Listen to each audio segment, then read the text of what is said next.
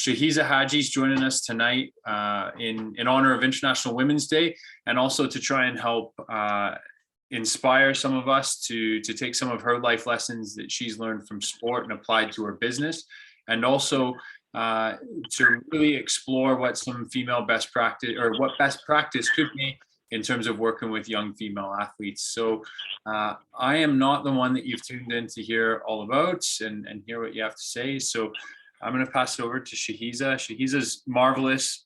We've gotten to know each other a little bit, I would say, over the last probably 5 or 6 months. Local Calgary-based entrepreneur that is doing some really great things in her clinic, and we really want to celebrate her and what she's doing. So Shaheeza, I hope that is introduction enough, and I'm really looking forward to what you have to share tonight. Yeah, absolutely. Thanks for that introduction, Jordan, and thanks for the individuals that are here and taking some time today.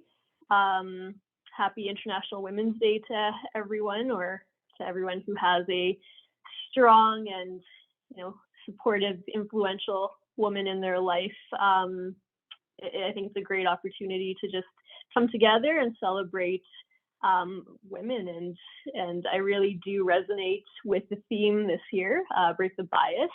And again, I just want to thank Jordan for allowing the opportunity to chat with you guys today.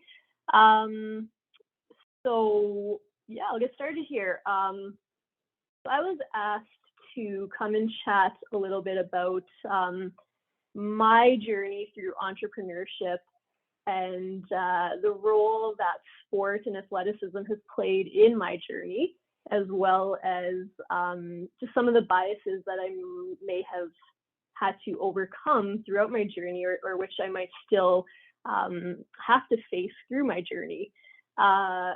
So growing up, I've always been a lifelong athlete, and I love sports, whether it's team sports, individual sports, whether it is watching sports, a coached sports. So sport has been a very fundamental part of my life and of my journey. And I think that it's really allowed for a lot of the skills that have been instilled within me that I now use in entrepreneurship on a daily basis. So I'm committing to breaking any bias that women do face in sports and business, and really just keen on continuing to allow for an equal playing field for young boys and young girls, because like I said, I really do believe that the skills that we learn in sport are crucial for entrepreneurship, and a lot of studies are starting to show that. So let's see here. This is me. I am a physiotherapist. Growing up, I had a number of injuries, a number of sport-related injuries. I saw physiotherapists quite regularly. It really did spark my interest in the field, being a patient, and I always knew that I wanted to do something that wasn't a typical desk job. I knew I wanted to do something with the human body and with anatomy, and just helping people reach their full potential in regards to what their body is capable of. I'm also a certified strength and conditioning specialist. So what that means is I use exercise on a daily basis. I think that exercise is the best form of medication. It's really crucial in recovery. It's really crucial in just allowing for malalignments to be healed and recovered from, as opposed to sometimes putting a Band-Aid on them. And then I am a concussion certified physiotherapist. So that's where I spend the majority of my time right now. And the reason for that is because I had a personal injury back in 2013. I was electrocuted. The current traveled the path of least resistance. So it went through my nervous system, through my heart, and to my skull, where it exploded within the confined space of my skull. I was thrown back into a wall. I fractured my neck. I herniated my jaw. I had to have surgery. And it really kind of led to where I am today, because 10 years ago when this injury happened, or 8 years ago when this injury happened, best medical advice was to rest until your symptoms subside. And my symptoms never subsided, and they kind of stayed stagnant. And it wasn't until I started looking into the research myself that I discovered how beneficial exercise can be in the recovery from a concussion. So I went down the rabbit hole of research, and I became certified, and now that's kind of where I focus my attention with patients that I see. So those three areas really allowed me to develop Running Shoe Inc. So it's two companies. It's Running Shoe Restorative Healthcare and the Calgary Concussion Center. And Running Shoe Restorative Healthcare is a multidisciplinary clinic. We have physiotherapists, chiropractors, massage therapists, psychologists, acupuncturists, a whole bunch of different healthcare professionals under one roof. And then we also have the Calgary Concussion Center, which is where I spend the majority of my time. So sports. Sports played an extremely crucial part of my life and of my development. Like I said, I was involved in team sports growing up, and then, after my own injury and my own incident, I navigated and went more towards solo sports, and that's just because with some of my symptoms, is a little bit unpredictable and a little bit unreliable when it came to being on a team. And both, team and solo sports, I believe, have really allowed me to develop a number of skills. And the variety of sports that I've been in have really developed a lot of skills that have been instilled within me, like I said, which I now use on a daily basis with running a business. So with the theme of International Women's Day this year being Breaking the Bias, I think it's important to really first understand what a bias is. So bias is a prejudice in favor of or against one thing, person, or group compared with another, which is usually in a way considered to be unfair. And in regards to women, this bias, or this definition of a bias, usually serves or can serve to create a glass ceiling. And a glass ceiling is a barrier to the advancement within a profession that especially affects women and members of minority groups. So personal biases that I have personally had to overcome entail me being a woman in sports, a woman in business, a woman of color, and like I just mentioned, a woman who, or just an individual who has to deal with chronic pain. So I'm going to chat a little bit about each of those. So common biases regarding women in sport. I just have to move my screen here. So a common bias that we hear all the time are women are weak and fragile. So a personal example that I have of this is recently, or not too recently, but in my history, I dated an individual, so an ex-boyfriend who played basketball, and I also played basketball. I grew up really gravitating towards the sport of basketball. And I really excelled in my youth in basketball. I was MVP one year. I was captain when I was in high school. I just had a lot of achievements and accomplishments in the sport of basketball. And that was great for this ex-boyfriend that I dated because we had a lot that we could connect about and a lot that we could talk about in regards to basketball. But when it came to actually playing, he would often say things like, there's no way that you could ever beat me in basketball if we were to play one-on-one because, women, they're smaller than men, they run slower than men, they use smaller balls than men, just a lot of those stereotypical remarks. So my response to this was, why don't we play one-on-one and let's see if I can actually keep up with what you think I cannot be keeping up with. And so what ended up happening was we played and I ended up beating him. And we played again and I ended up beating him again. And we played again and I ended up beating him again. And so I think eventually he started to realize that, We are on an equal playing field when it comes to basketball and when it comes to everything, really. But I think it was really eye-opening for him that I could keep up. And unfortunately, a lot of people have the same bias or the same type of bias. Another bias is that women carry too many emotions into sports. Another one is that women should engage in more aesthetic sports, so sports such as gymnastics or figure skating or cheerleading, and not those contact sports like wrestling or rugby or football or hockey. And so a personal example that I have and that I've had to overcome was the very first organized sport that I was put into, or organized activity that I was put into, was ballet. Ballet and gymnastics, actually. And so, my parents put me into those sports, and it was probably because that was what a typical little girl does back then. And at the same time, my brother was playing sports like hockey and soccer.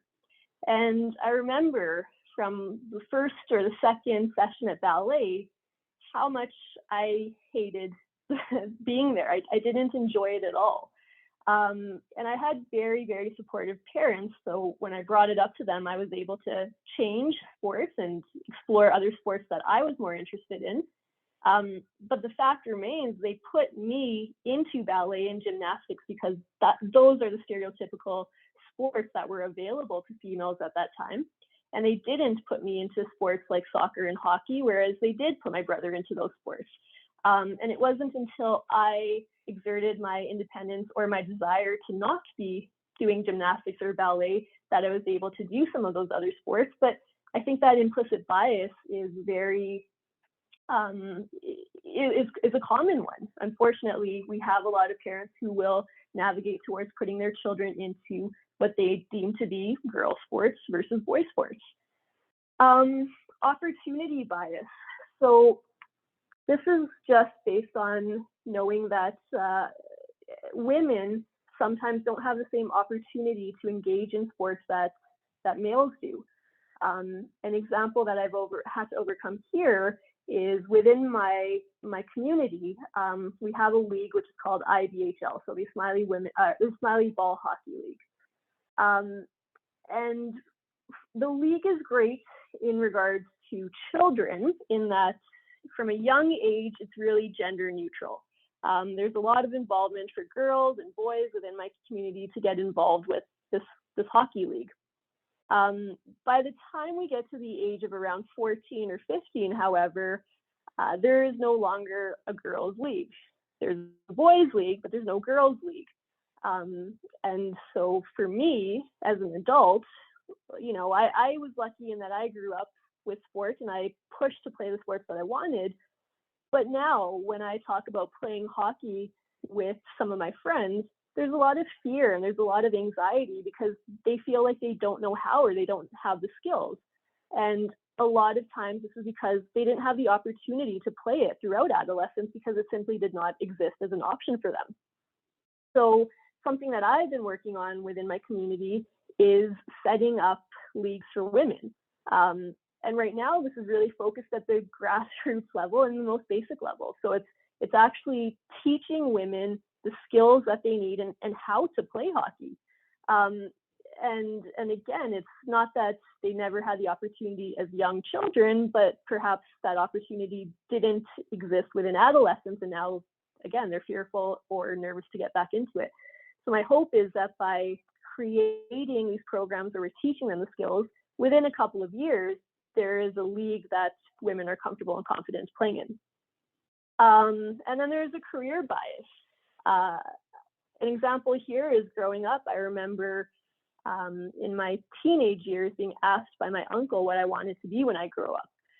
And I remember very vividly saying that I wanted to be a basketball player, a professional basketball player.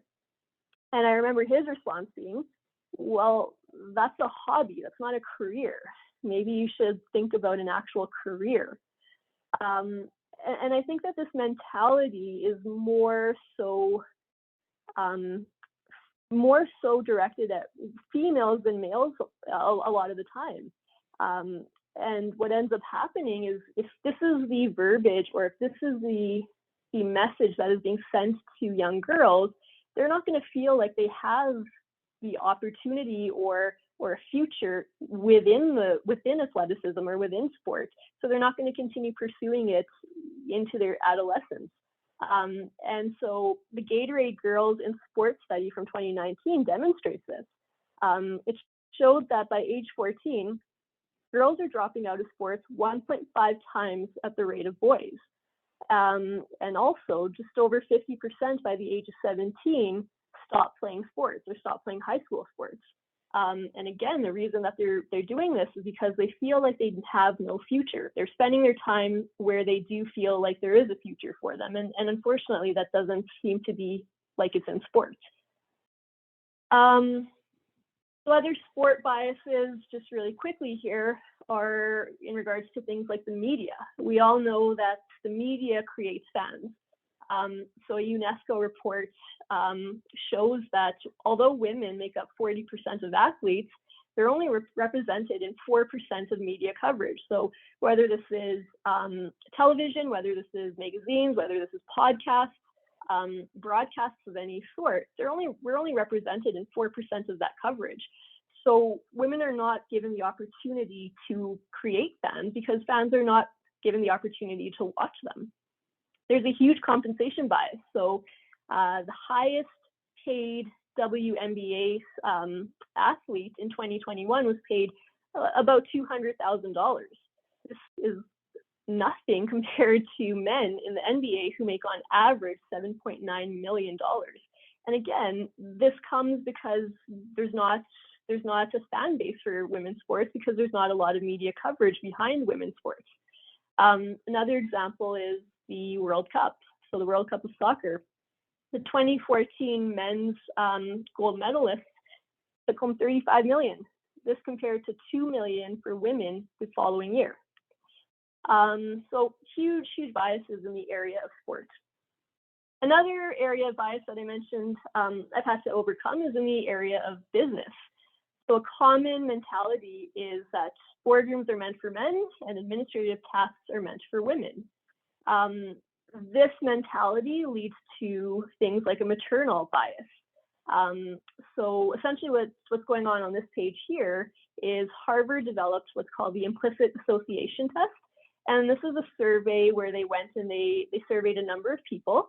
And 76% of those participants associated careers with men and family with women.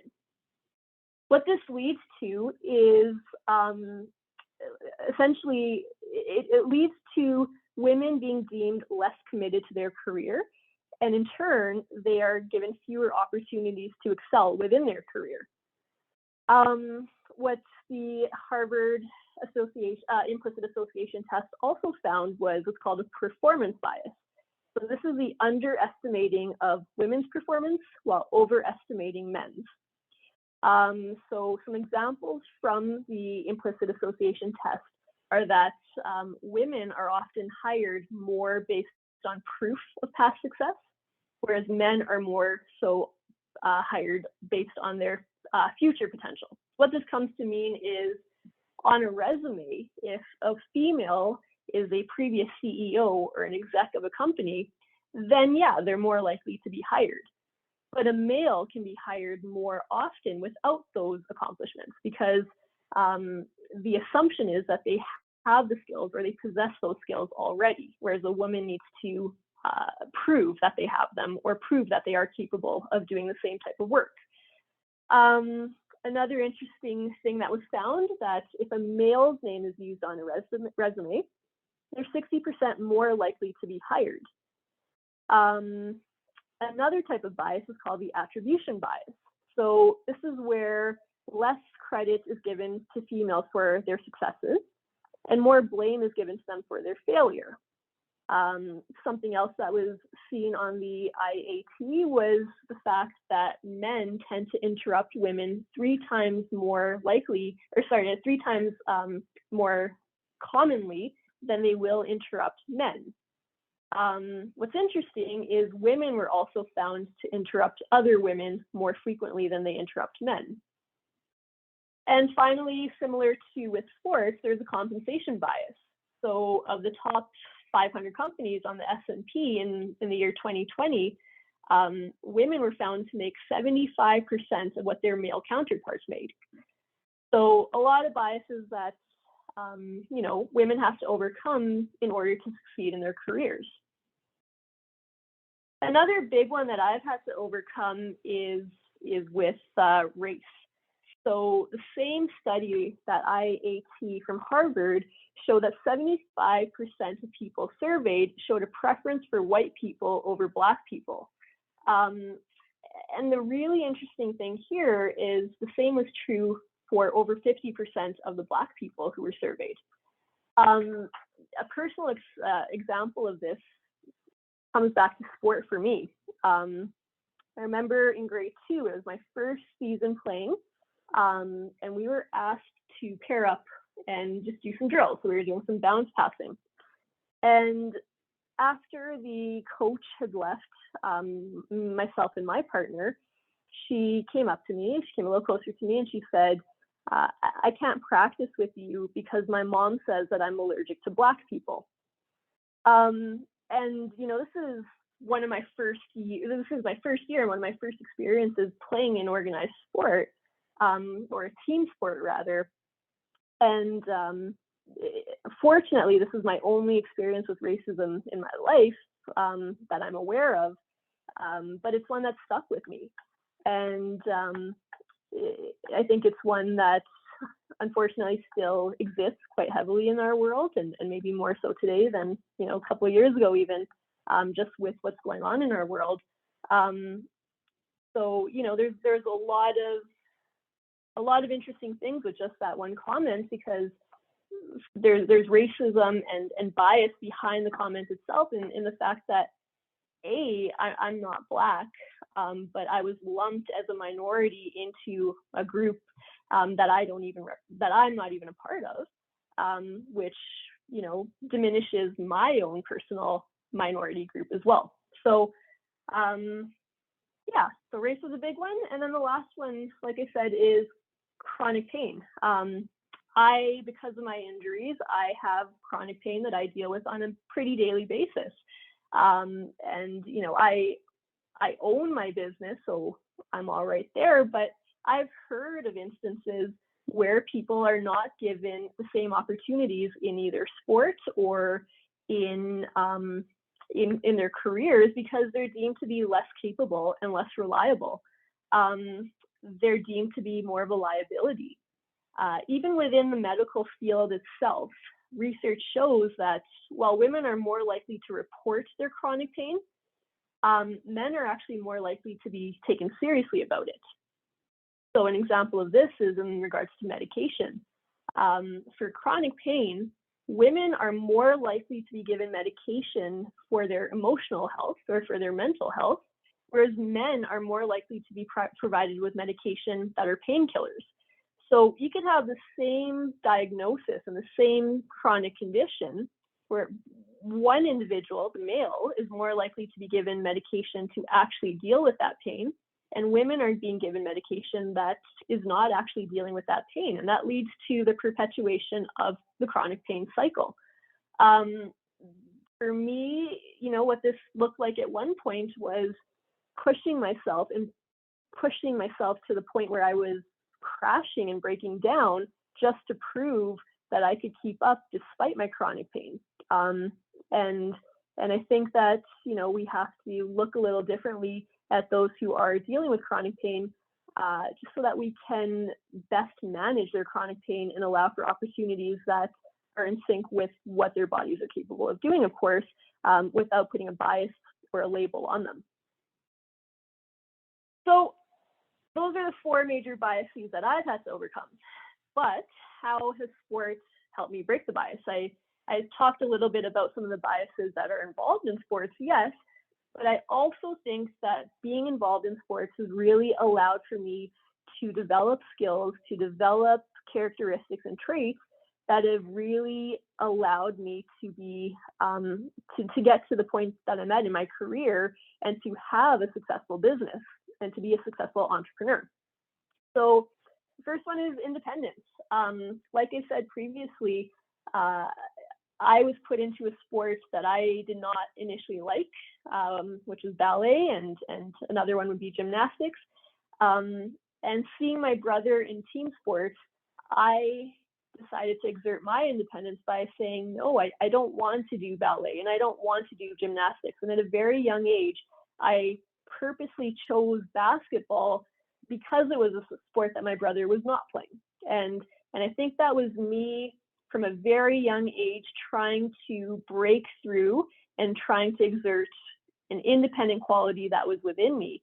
And having a really supportive family who allowed me to try and do the things that I wanted to do just helped to further foster that independence. And the independence, the reason it's number one on my list is because it's probably the characteristic or the personal trait that I value most about myself right now. And I truly do believe that sport really did allow for me to be independent and pave the way for some independent thought and for that independent mentality. Teamwork, obviously, in working with team sports, you learn to work together, and you learn how to depend on one another. You learn how to obviously lose gracefully together, and you learn to have one another's backs. So I think that team sports is really crucial for that. Work ethic. Playing competitive level basketball, I had to learn, how to be extremely disciplined. I had to learn that I had to wake up early, go to practice, go to school, get my homework done, and do it all to a really good level. Otherwise, I would not be allowed to play. I wouldn't. My parents said that I was allowed to continue playing as long as it didn't affect my school. So I had to learn really good work ethic, and sometimes that meant staying up a little bit later or going to bed and waking up a little earlier, but making sure that I got done what needed to get done. Setting and pursuing goals. Obviously, everybody's goal is to win, but we learn how to not only set and pursue goals, but how to pick ourselves up if we don't achieve those goals right away, and how to continue working towards those goals. Leadership, I think, being MVP and being a captain of a team has really instilled leadership qualities, which has led to other types of work. I have since been the chair of multiple boards, so multiple health boards that I've been a part of, multiple boards within my career, multiple boards within school. So I think that a lot of those skills came from the leadership that I learned being a part of a team and being a team leader for a number of those seasons. Confidence is a huge one. I was a really, really shy kid growing up. If you asked me to speak up in class, I was probably not likely to do it. However, if there was an opportunity where the coach would ask me to show the rest of the team how to perform a layup, I was all over that. It really allowed me to come out of my shell in certain areas, and down the road, I think I'm a more confident person today because I was able to have those experiences as a kid. And then, just the grit, determination, and working together in camaraderie with the rest of your team. So now this slide here is based on the EY, so Ernst & Young's survey that was conducted, and this was in 2020, I believe. And they interviewed 400 women. And what they found was an extremely strong correlation between success in sports and success in business. So what they found, 94% of C-suite women, so that's CEOs of major companies, 94% of them played sports, and over half of them did so at a university level. This is compared with only 39% of women who played sports at other levels. So the higher ranking business women tended to play sports more often and more frequently than the lower ranking business women. Also found was that 80% of Fortune 500 execs play competitive sports sometime within their life. So if we know that there is a correlation between success in business or success in entrepreneurship and the engagement in sports, and we know that by doing so allows for some of these qualities to be learned or practiced or encompassed, then this next slide is what's really startling to me. So this was based on the Canadian Women in Sport National Study, which is called the Rally Report. And this is from 2020. And what it shows is that increasingly, the participation of girls in Canada in sport is decreasing as they enter adolescence or their teens. So the rates for this in 2020, which is 2 years ago, 1 in 3 girls dropped out of sports by the time they reached their late teens. And this is compared to 1 in 10 boys. So again, this is extremely startling to me because we know that today, currently, so many girls are dropping out of sports, and it's robbing them of the opportunity to learn these fundamental skills. Again, these are the skills that I learned, and I really do attribute it directly to sports. And if I was not able to play sports, I wouldn't have developed all of these or developed these to the extent that I did. And we know research shows that there is a correlation between sport and success. So why are these numbers so high? We know that 62% of adolescent girls in Canada don't participate in any sport whatsoever. And only 18% of women over the age of 16 are actually involved in sport. And this one, I'll say the word again, I'm really startled by it because this is 2020, this is recent. And it's something that I think we really need to work on as a community. I think breaking the bias and allowing more opportunity for females to become involved in sports is crucial. It just allows for girls today to build the skills to allow them to be leaders tomorrow. Yeah, that's my take-home message. I think we really do need to break this bias. Me, as a female entrepreneur who's had to overcome a lot of bias, I think that at this point in 2022, we really should be better off than we are. And I think we are making strides, which is fantastic. But numbers like this obviously show that there are barriers that still exist.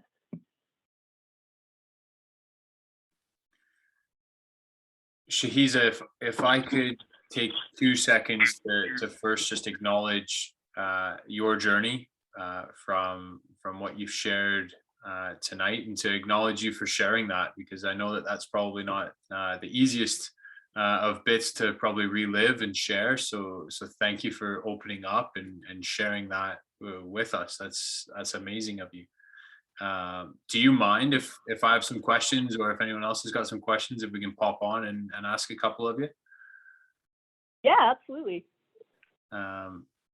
As you were kind of rattling through that, first of all, marvelous. Like, thank you so much. I've got like Post-it notes all around me that I was taking notes on, and I'm going to put these in little bits in my notebooks around some of these other pieces to try and tie things together. But I was thinking about when you were saying about your choice to play basketball and break the mold almost of your family, and do something very different from, I think, what your parents had initially put you in terms of sport, and then also what your brother was doing. Like, where do you think that motivation came from within yourself to pursue something totally different, that could be out of the norm for your family, or for your culture, or for any number of bits? Like, where do you think that motivation come from? Yeah. So honestly, when it comes to breaking the mold, I do look at my mom as my biggest role model. So growing up, my mom was actually always the one who's, involved in the really white collar work. And she had to break down a lot of barriers of her own to get there.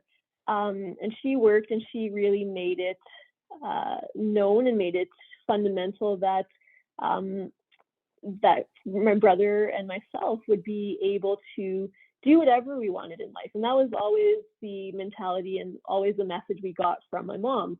And seeing her push through barriers and through biases and, you know, being an immigrant to Canada and working her way up to the level that she did, despite her color and despite her race and despite back then men being the traditional breadwinners of the family, seeing her do that was absolutely fundamental for me and for the development of my independence. So I think just watching her, and then, like I said, I think that my parents put me into those sports initially because that's what they knew, right? That's what they knew. It wasn't because they were trying to have a prejudice, but that's just the implicit bias that existed back then. And I think that seeing a strong female really encouraged me from a very young age to also be independent and also do what I wanted. And so from a very young age until now, I'm that person who will always push the boundaries and always push through barriers. But yeah, I think watching my mom was a big part of that. That's really interesting, and I think there's a lot of studies as well out there that show, you know, when the mother or the aunt or the kind of the older female role model within a young female's life is physically active or does set a precedent or does break those biases or does have success, that there's a profound impact on that next generation as well, both in terms of from a physical activity standpoint, but then also from a personal development standpoint. Absolutely. So I'm going to take a little nugget away there and then think about the way that I'm parenting my own little guy right now, to try and figure it out. Another thing that popped into my mind in terms of when you were sharing that piece around yourself in sport and those biases, I was thinking about, like, how do you feel your experiences within sport and that environment shape how you interact with, how you attend to, and maybe even how you deal with some of the patients in your clinic as well? Does that give you like a different perspective, or how has that influenced you when dealing with people who want to be physically active or are physically active and want to get back onto the field or the court or the ball diamond or whatever there is? Yeah, I think that having to go through, you know, multiple biases, I think obviously first being a female, we're already set up where, you know, we have to, like I said, prove ourselves more to be just as efficient at something as the male. So to be a female, and then on top of that, to be a minority race, and to have now the chronic pain, to have multiple areas of bias to work through, has really just reminded me that at the end of the day, we're all just people, right? If you take all of those labels and all of those titles and all of those biases away and you strip all of this down, we're all just human beings. So the one thing that I'm constantly telling, you know, my team or people that I come across is, I'm not superior. So me as the owner of the clinic, I'm not superior to anyone who works at my clinic. And anyone who works in my clinic, we are not superior to the patients who come in. At the end of the day, we have a certain skill set and we have a certain area of expertise, but human to human, we're going to learn just as much from our patients as they're going to benefit from us. So I constantly go into every single interaction reminding myself and knowing that it's dynamic, it's a two-way street.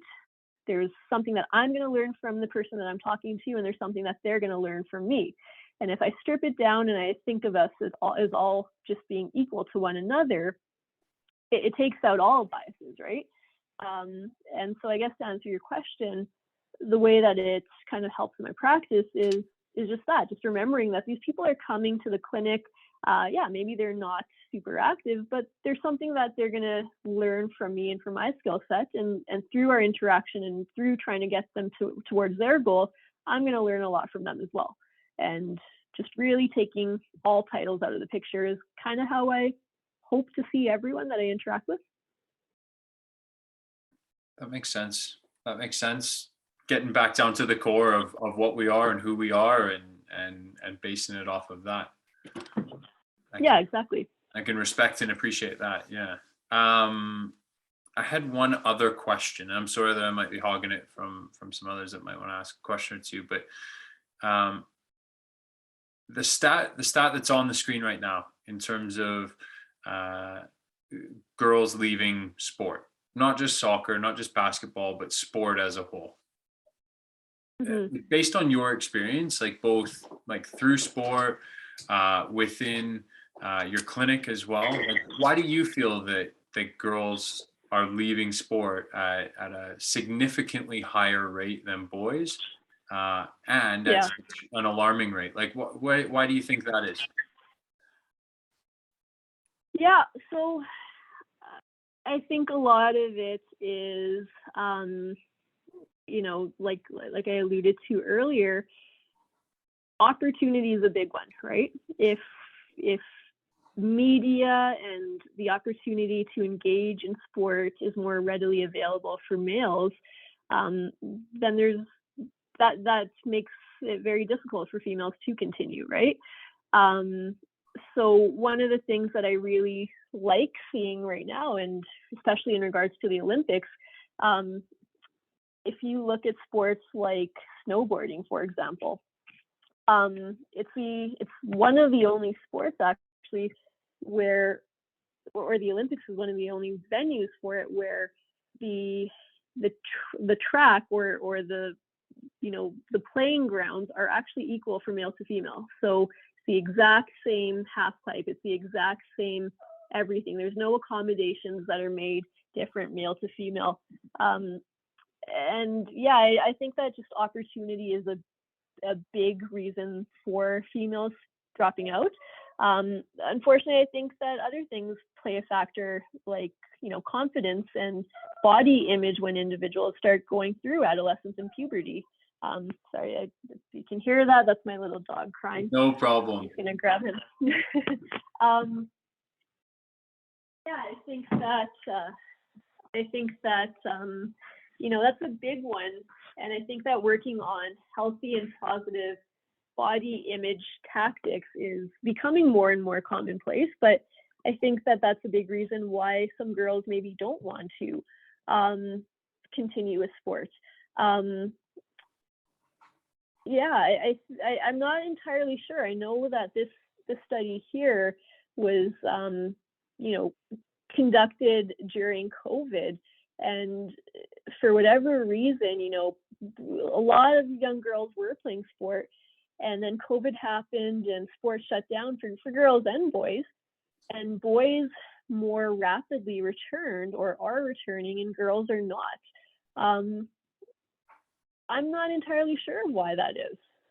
I'm not sure. Do you have any potential reasons that come to mind?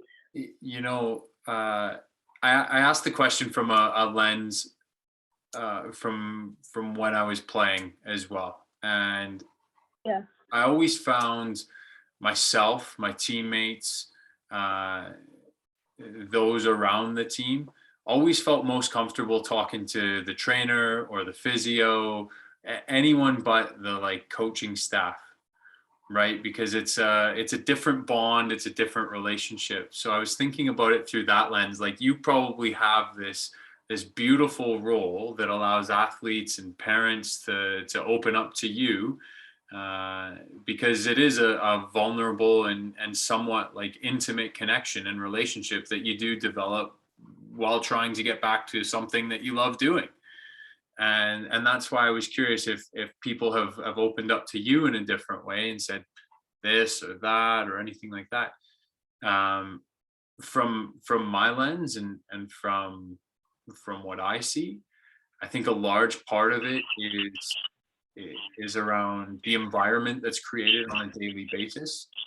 the environment that's created by a largely male kind of coaching fraternity, and how we lump a male version of sport onto female athletics as well, where we have a view that performance fuels acceptance within the group, whereas it's usually the back or the opposite in terms of the girls and female sport, where once they feel accepted within the group, performance typically comes after that. And this is from the Canadian women in sport. Like, this isn't just my lens on it, but this is me trying to piece it together. So I think that there is there's definitely a bias, right? There's a male bias towards how sports should be administered and ran and organized and such, without taking into account the needs of what girls and women want out of their sporting experience as well, and how to give them that, and make them feel safe and confident and empowered within those environments. I think it's really important. I think, especially coming from a smaller club, we're fighting for girls, right? And if they see somebody coaching, in a female coaching or female in a different kind of lead role, then I think the confidence and the safety piece is there for sure. Like, see, I totally. Sorry, go ahead. No, sorry, I think I cut you off. Oh, okay. No, I kind of lost my train of thought. It's okay. My family just came home from soccer practice. You were speaking, Nicole, about like a female role model, a female coach, and how that helps to create that environment. Yeah, and it's nothing against males, of course, but females have often been seen as a little more nurturing. Maybe they understand things or see things in a very different way than a male. But if there are more females involved in sport, again, like I said, I'm talking in regards to our very small club, that once we lost our female coach a couple years ago, a lot of our girls also left. So what we have to do, I don't know, to get a female TD or a female head coach out there in the world, what's the magic whatever to get women involved, especially when they're dropping out at an early age. When we say 18% of women are involved in sport, is that playing sport, or is that in administrative role, or is that recruiting? Like, if we've got such a small amount, how are we going to get these girls back in to have those role models, if that makes any sense whatsoever? Yeah, absolutely it does. And the thing that comes to mind as you're speaking there is, I'm thinking of the Summer Olympics. And I don't know if you guys recall the controversy around like the basketball team. I'm coming back to basketball because it's what I follow most closely. And the male teams were provided with like gourmet meals, and I don't know if and training facilities, and the females were provided with a little stack of dumbbells and like cafeteria hospital looking food. So at the level of the largest athletic event in the world, women were treated like second class citizens. And when we see young girls, or we know that young girls are watching this through social media, this is all over everyone's social media, how does that reflect to them? Like, what are they supposed to think when they're thinking of themselves 20 years down the line, and they're like, girls get a fraction of what the boys are going to be getting. And it's unfortunate because with social media, these young girls have access to all of this at their fingertips, right? Totally. And it's, what are you setting them up for as well? Like, that expectation that that's actually okay, when in reality it's so far off okay, it's not even funny.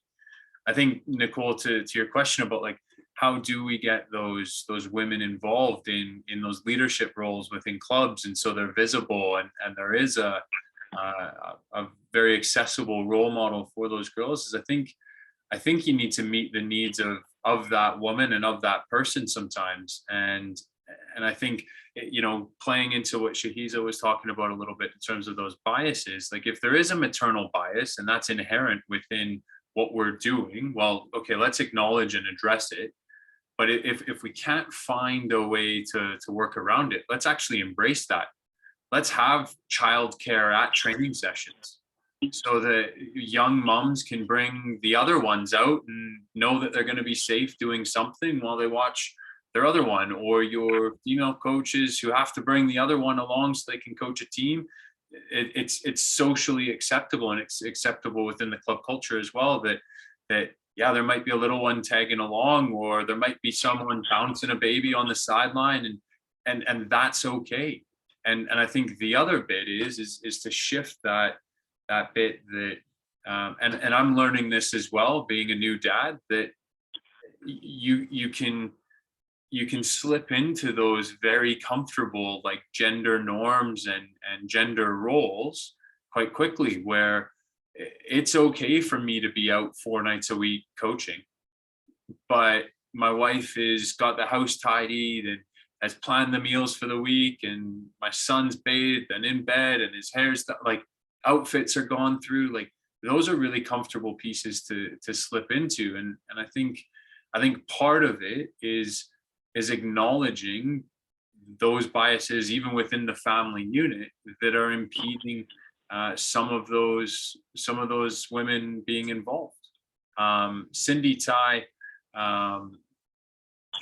who's our current U20 national team head coach, wrote an article. I believe it's in it was in a Halifax newspaper. She lives down on the East Coast, and they were asking her about managing life and coaching, and coaching at a good level. She's the head coach of a university down there as well. And she said, in our family, we eat breakfast together because I'm on the pitch all night and my kids are off doing whatever. So their family time revolves around the early morning breakfast activity rather than a traditional sit down dinner on a Sunday night, because she's traveling often. She's got a lot on the go. And with that, some sacrifices were made. So it's not an easy solution. And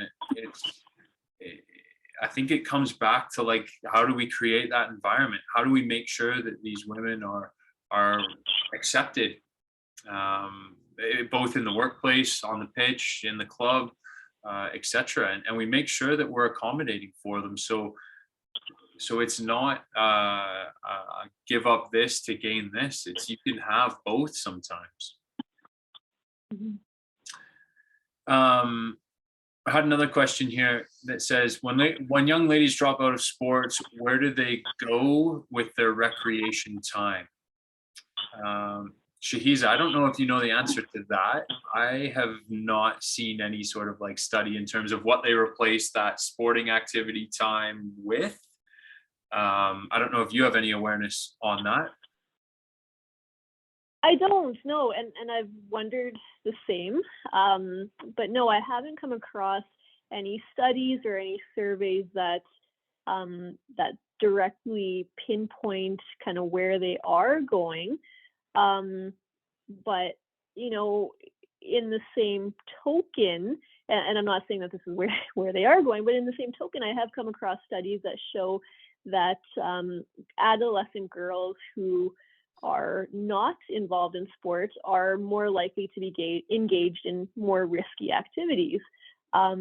So whether that's, drug usage or alcohol usage or things of that sort, there is a correlation with that as well. So we know that sport allows for the development of really, really fundamental skills and leadership qualities.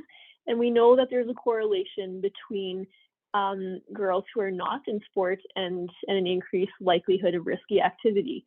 So, those two ends of the spectrum tell me that, something does need to be done to help educate coaches, parents, teachers, schools, that, like to Jordan's point, that we need to somehow create the landscape where females are more comfortable and more readily accepted into the domain of sports. As soon as you started mentioning that risky piece, I was like, right, I think I did read a paper around this. It's just like they get muddled up sometimes, but yeah, I would totally agree with you that you've got to fill your timetable with something. So idle hands and idle minds sometimes lead into trouble, right? So Yeah. it's definitely a risk. I have probably 1,000 more questions, Shaheeza, honestly, because I'm so curious about you and your journey and what you've shared tonight. But I am conscious of time, and I hate to overstay my welcome anywhere. So if anyone else has got any questions or comments or anything, please like share them. Nicole said, I'm curious about your questions too. One of them, I guess, Shaheeza, if you were to give a recommendation for us at CMSA, a soccer community within the Calgary region, how do we better enhance what we do to support women and girls within our game, to keep them involved, or potentially even to attract them to soccer by creating opportunities for them to play? What would you kind of like leave us with in terms of a potential recommendation? Yeah, that's a great question. Honestly, I think you guys are doing a great job from what I've seen so far. It seems like there are teams available, or there is the availability for youth across the spectrum in terms of age to be involved. Just looking through the social media that you guys were presenting today, I think is great. You're showing that you are one of those organizations who really do support females and girls being involved. And I think that's the first step, just having more and more organizations who are following the leads that you guys are taking, to kind of retrain society and the mind frame of society. I mean, we are typically, and I think that this is changing and continues to change, but we are a patriarchal society, right? And I think it's going to take generations to break that. And I think we are getting there, and it's going to take the continued efforts of organizations to continue fighting for that. So maybe it's continuing to highlight females on days that are not International Women's Day. Maybe it's doing it, having like a weekly spotlight who is a female, or maybe you do it equally. So you have a weekly spotlight that's a male and a female, right? But just creating that equal opportunity and that increased exposure for girls, so that they know that the CMSA is a safe spot for them. And again, I think, it's just going to take more and more organizations who are kind of getting involved in the same types of efforts on a more regular basis. Well, I appreciate the kind words. And I can appreciate how simple some of those little strategies are, to almost like plug and play, right? Make it really foolproof, make it really easy, and just continue the effort. Shaheeza, if anyone wants to continue the conversation with you or reach out or get in contact or anything, how would they do that? Yeah, email is a great way to do it. So my email address is Shaheeza, so SHAHEEZA @runningshoehealth.com. So I'll just go back to this first slide here. So just Shaheeza, my first name, @runningshoehealth.com. I am going to put that runningshoehealth.ca, correct? .com. .com, sorry. You can tell my hearing is going. And I've probably misspelled something. Health, that looks right. I've chucked it into the chat. So when someone's got some questions, they can reach out to you via that. I know that you're an incredibly busy person. I know that running a business is no small task. and it is often a 24/7 endeavor. So thank you so much for making the time to help share your journey and to help enlighten us with how we can continue to be better and what we should be aware of in terms of those biases that are around sport and also the biases that you've overcome to smash it and to become a successful entrepreneur in a really beneficial service to not only sport but to the community as a whole. So thank you, Shaheeza. Yeah, Thank you. absolutely. And thank you. Absolutely. Thank you guys for the opportunity and for the time. I really appreciate it. That's awesome. Okay, with that, I am going to hit the big stop button, the big red button. And thanks everyone for joining us tonight. A small but intimate crowd, but I hope that there's something that you can take away and you can put into your club, into your business, into your workplace to make it even 1% better tomorrow morning. So thanks so much, and looking forward to the next one. Perfect. Take care, everyone. Have a good night. See you later. Thanks, Shaheeza.